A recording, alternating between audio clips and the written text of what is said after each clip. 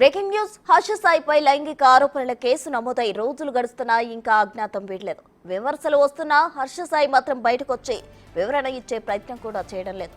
మరోవైపు హర్ష సాయి కోసం నాసింగ్ పోలీసులు గాలిస్తున్నారు. కేసు నమోదైనప్పటి నుంచి Harsha Sai phone switch off చేయడంతో పట్టుకోవడం పోలీసులకు కష్టంగా మారింది. ఈ క్రమంలో 4 బృందాలుగా పోలీసులు రంగంలోకి దిగారు.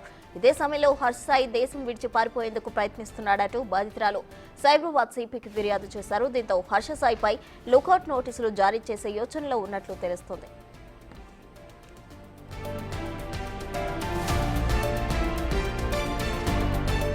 హర్ష సాయి అజ్ఞాతంలో ఉన్న ఆయనకు మద్దతుగా ఆడియోలు లీక్ అవుతూనే ఉన్నాయి. తాజాగా మరో ఆడియో బయటపడింది. హర్ష సాయికి బాధితురాలు లవ్ ప్రపోజ్ చేస్తూ మాట్లాడిన ఆడియో వైరల్ అవుతుంది. అలాగే బెట్టింగ్ యాప్స్ ప్రమోషన్ విషయంలో బాధితురాలతో హర్ష సాయి మాట్లాడిన ఓ ఆడియో కూడా ఇప్పుడు వైరల్ అవుతుంది. బెట్టింగ్ యాప్స్ ప్రమోషన్ కోసం ఎన్ని కోట్లైనా తీసుకుంటా అని, అది నా వాల్యూ అంటూ చెప్పాడు Harsha Sai. Betting apps promotions విషయంలో ఇప్పటికే హర్ష సాయిపై సర్వత్రా విమర్శలున్నాయి. బెట్టింగ్ యాప్స్ తో ఎంతో మంది ప్రాణాలు పోతున్నా సరే హర్ష సాయి మాత్రం వాటిని సమర్థించుకుంటూ వస్తున్నారు.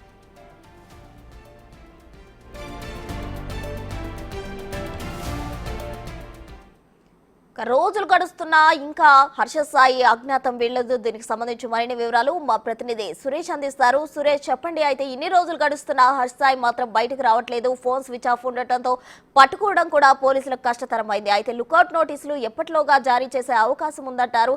హర్ష సాయిని ఎప్పటిలోగా పట్టుకుంటారు?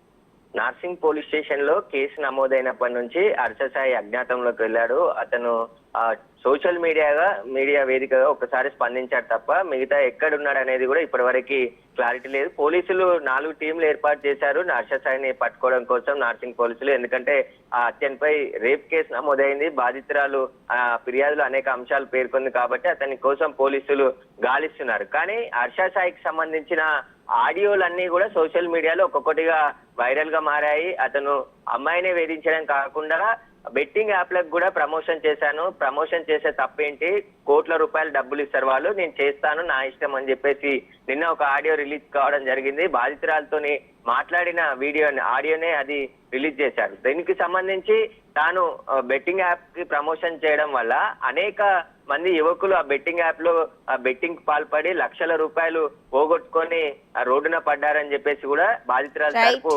న్యాయవాది చెప్పడం జరిగింది. Thank you Suresh.